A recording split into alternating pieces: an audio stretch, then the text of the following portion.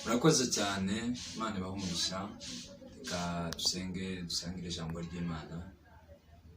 Imana ibahe umugisha. Mana data wa twese uri mu ijuru, Mana yera, Mana y'Isiraheli, umunyembaraga, umutsinzi kandi Imana yacu ikomeye, Imana yacu nziza, itubera amaso aho tutari, iturinda amanywa n'ijoro. Ni wowe wera, ni wowe ukomeye, ni wowe ugira neza, ni wowe ushoboye byose. Uyu mwanya turagushimiye ubwoko bwawe kuko tugiye kumva ijambo ryawe. Ijambo ryawe ni ukuri, ijambo ryawe rirakomeye, ijambo ryawe rishoboye byose, rihindura byose kandi ntabwo rimanuka rimanukiye gusa. Reka twebwe tugiye kuvuga ijambo ryawe, ntaba ari twebwe kuko turi bato cyane. Ngwino ushoboze abaryumva nabo ntabari bo, bashoboze kuryumva kandi bakore ibyaryo. Ushimwe cyane kubyo ukoze, bana natwe kandi twambike imbaraga mu izina rya Yesu Kristo umwami wacu, amen. Turabashimiye bene data kandi Imana ibahe umugisha, kandi tugiye kumva ijambo ry'Imana, ijambo rikomeye, ijambo rihindura ubuzima. Ijambo ni byose kuko ijambo ry'Imana ni ryo rivuga. Dawidi yaravuze ngo nabikiye ijambo ry'Imana mu mutima wanjye kugira ngo ntazayicumura. Ijambo ni ryo ritugarura, ni ryo ritwereka aho duhagaze ndetse n'aho tugana. Rero Imana ibahe umugisha kandi ndabiyegereje kugira ngo dusangire uyu mwanya ijambo ry'Imana. Reka dusome ijambo ry'Imana mu gitabo cy'imigani. Imigani ni igice, turahera ku murongo waho wa mbere tugeze ku murongo wa 7. Dusome mu izina rya Yesu. Imigani igice cya mbere umurongo wa 7. Reka dusome mu izina rya Yesu. Kubaha Uwiteka niryo shingiro ryo kumenya, ariko umupfapfa ahinyura ubwenge bw'ibibwirizwa. Mwana wanjye, jya wumva icyo so akwigisha, kandi we kureka icyo nyoko agutegeka. Bizakubera imitamirizo y'imbabazi ku mutwe n'imikufi mu ijosi. Amen. Reka duhite dusoma igice cya mbere umurongo wa 23. Haravuga ngo nimuhindurwe n'imiburo yanjye, dore nzabasukaho umwuka wanjye, nzabamenyesha amagambo yanjye. Amen. Nimuhindurwe n'imiburo yanjye, dore nzabasukaho umwuka wanjye, nzabamenyesha amagambo yanjye. Amen. Imana ibahe umugisha, kandi dushimira Imana cyane kuko tugiye kandi kumva iri jambo, tugiye gusangira iri jambo. Bavandimwe, bene data, bakristo, Imana ibahe umugisha. Reka twumve twese icyo Imana idushakaho muri iki gihe. Twumve kuko Imana icyo iyo itwifuriza ni uguhagarara twemye muri iki gihe, kandi tukazabana nayo niduhindurwa n'imiburo yayo. Dusoma ijambo ry'Imana mu gitabo cy'imigani. Ni Salomo niwe wanditse igitabo cy'imigani. Salomo yari umunyabwenge, murabizi ajya kwima yimye ari umusore cyane, ari umwana cyane. Noneho kuko atari afite uburambe mu byo kwima ingoma, ise Dawidi amusiga ku ngoma kuko n'icyo Imana yari yaramubwiye. Aragenda arasenga aravuga ngo Mana, njye ntacyo nshoboye, ariko nzi neza ko ushoboye byose.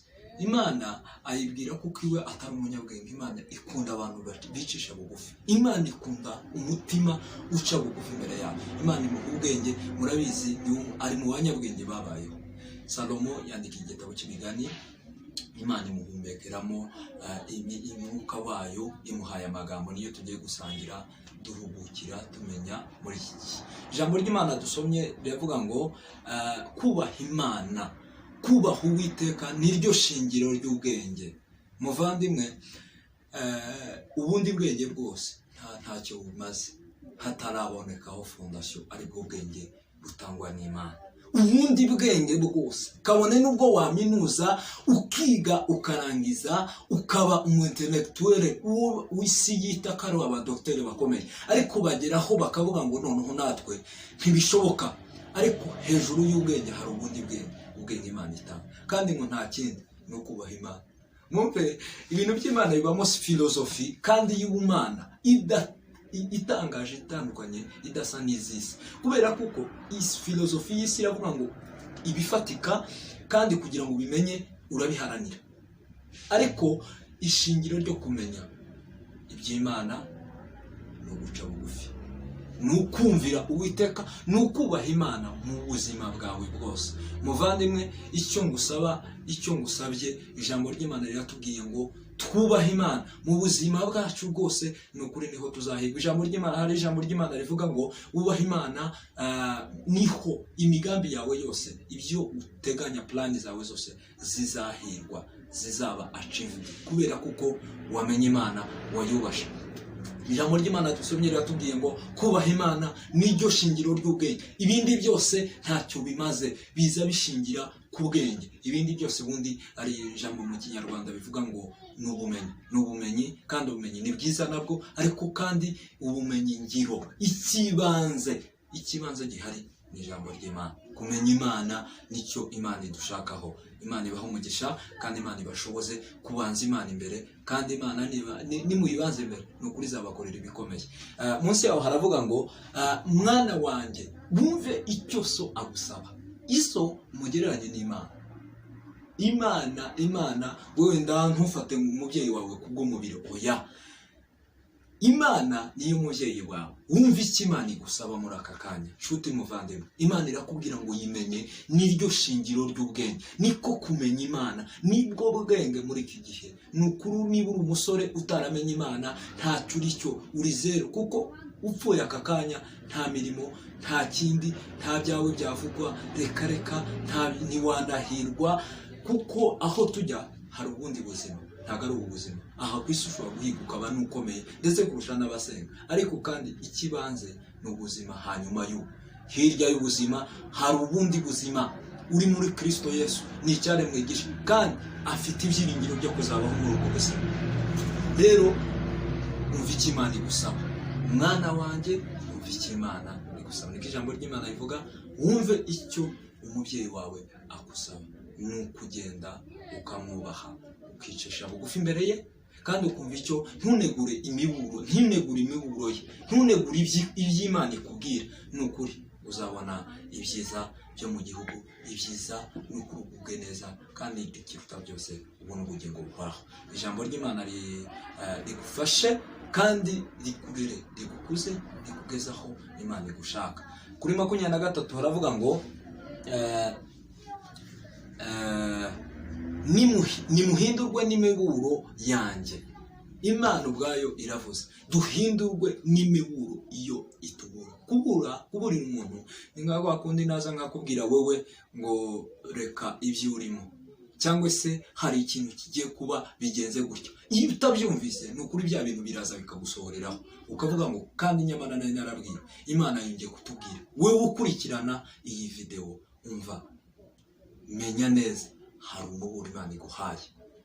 Menya Imana, wubaha Imana, uyikorere, hari inyungu. Nimuhindurwe n'imiburo yanjye, ndore nzabasukaho umwuka wanjye. Imana ishimwe cyane. Mwuka wera niba udushoboza kureka ibindi byose. Buriya hari umuntu wigeze kumbwira ngo se birashoboka kuko umuntu yabaho adakora ibyaha. Naramubwiraga, arambwira ntibyo uvuga ntago ni ugukabya, kuko sinzi ko umuntu atakora ibyaha bimwe na bimwe. Ndamubwira ngo birashoboka, kuko ikintu cya mbere ni umwuka wera ubidushoboza. Ni umwuka wera ubidushoboza. Birashoboka ku bwawe cyane, kuko utabyishoboza cyane. Kamere y'umuntu ntishobora kureka ibyaha, ariko kandi umwuka w'Imana niwe udushoboza kureka, niwe utwereka inzira nzima nziza, kandi ukatugezaho Imana idushaka.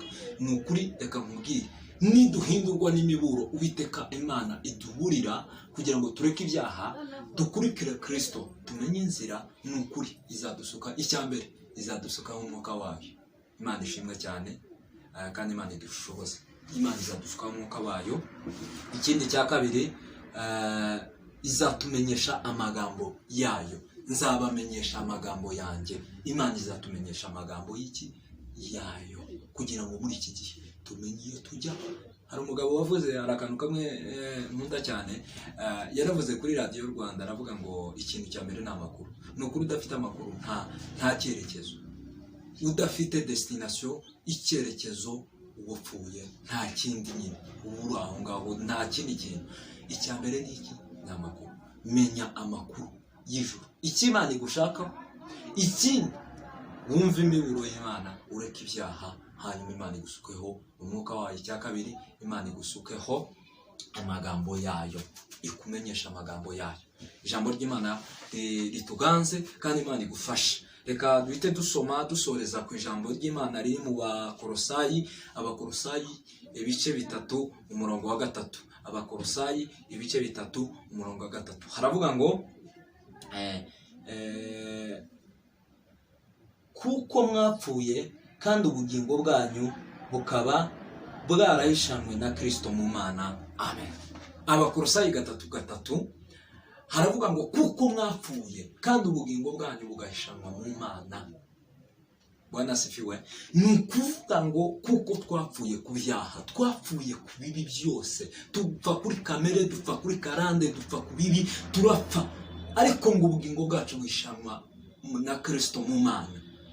Buhishanwa Bwana asifiwe, buhishanwa na Kristo mu Mana. Twebwe ikibanza kugira ngo tugerweho iyo turi muri Kristo, kibanza guca ku Mana kikagera kuri Kristo kikazabona kutugeraho.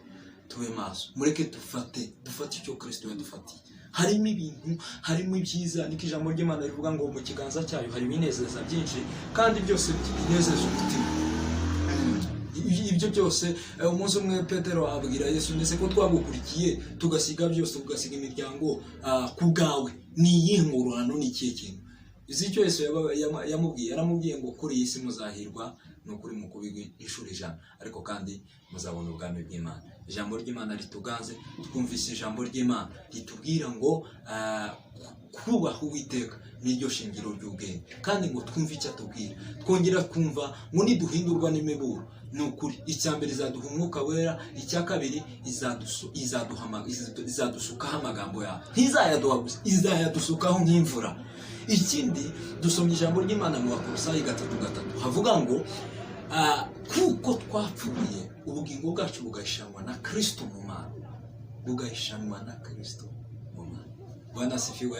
Imana ibaha umugisha, Imana ibagiriye neza. Icyo nifuza si ukugira ngo gusa ubyumve bitaha, ikomeze ubaha Imana mu buzima bwawe bwose, uzabona inyungu zo kuyikorera ndetse uzabona inyungu zo kuyikurikira. Imana iguha umugisha wewe ubyumvise. Reka dusenge dushima Imana kubw'ijambo ry'Imana twumvise. Kandi ndagusaba, niwumva ufashijwe ukumva n'iri jambo ry'Imana rigufashije, ni ukuri uhitemo uhereye uno munsi kuba umwe mu bahisemo kwamamaza ubutumwa bwiza. Ni ukuri kandi Imana izaguha umugisha, kuko ijambo ry'Imana ryageze kuri Daniyeli, nkunda cyane. Daniyeli yaravuze ngo ni ukuri abakiranutsi b'Imana bazamurika nk'inyenyeri, bazaka nk'inyenyeri. Abahinduriye benshi kubw'umwami wacu Yesu Kristo, abahinduriye benshi kubw'ingeso zabo nziza, abahinduye benshi bakava mu byabo bagakurikira umwami Yesu. Ni ukuri bazamurika nk'inyenyeri mu bwami bw'Imana. Ni ukuri ndakwifuriza kuzagira ayo magrade. Ni ukuri ubyemere cyangwa se ntubyemere, umenye neza kuko nyuma y'ubu buzima hari ubundi buzima, kandi nibwo bukomeye. Uwakoze nabi azahabwa ibihembo bihwanye n'ibyo yakoze. Uwakoze neza ni ukuri nawe azahembwa agororerwe. Ni ukuri icyo mwifuriza nicyo. Reka dusenge dushima Imana kubw'ijambo ry'Imana iduhaye muri aka kanya. Mana data wa twese uri mu ijuru, Uwiteka Imana ya Isiraheli, Imana yaremye ijuru n'isi, ushimwe cyane kuko uri Imana itugenera ibyiza uko bukene uko bwije. Twubwacyo ntacyo twakora usibye gusa kuvuga ngo ushimwe. Twumvise ijambo ryawe, kuko kubaha wewe ari ryo shingiro ry'ubwenge. Dushoboze tukubahe kandi duhindurwe n'imiburo uduhaye. Udusukeho umwuka wera kandi udusukeho amagambo yawe. Mu izina rya Yesu Kristo, bana natwe, twambike imbaraga. Bana na buri wese ugiye kumva ubutumwa, umwagure, umushoboze, ugere muri we, ukurikirira ijambo. Mwuka wera azaganze kandi ushimwe kuko ari dushoboje, si twebwe ahubwo n'icyubahiro cyawe. Mu izina rya Yesu Kristo umwami wacu, shimwa Mana kubyo ukoze. Imana ushimwe kandi ukomeze ubane natwe kandi ubagirire neza, tubone ibyiringiro bidasanzwe byongera kandi kwaguka muri twebwe. Ijambo ry'Imana rituganze kandi nawe ukomeze utugirire neza, mu izina rya Yesu Kristo umwami wacu. Amen. Imana ibaha umugisha kandi murakoze cyane kubw'ijambo ry'Imana. Amahoro y'Imana abane nawe. Murakoze.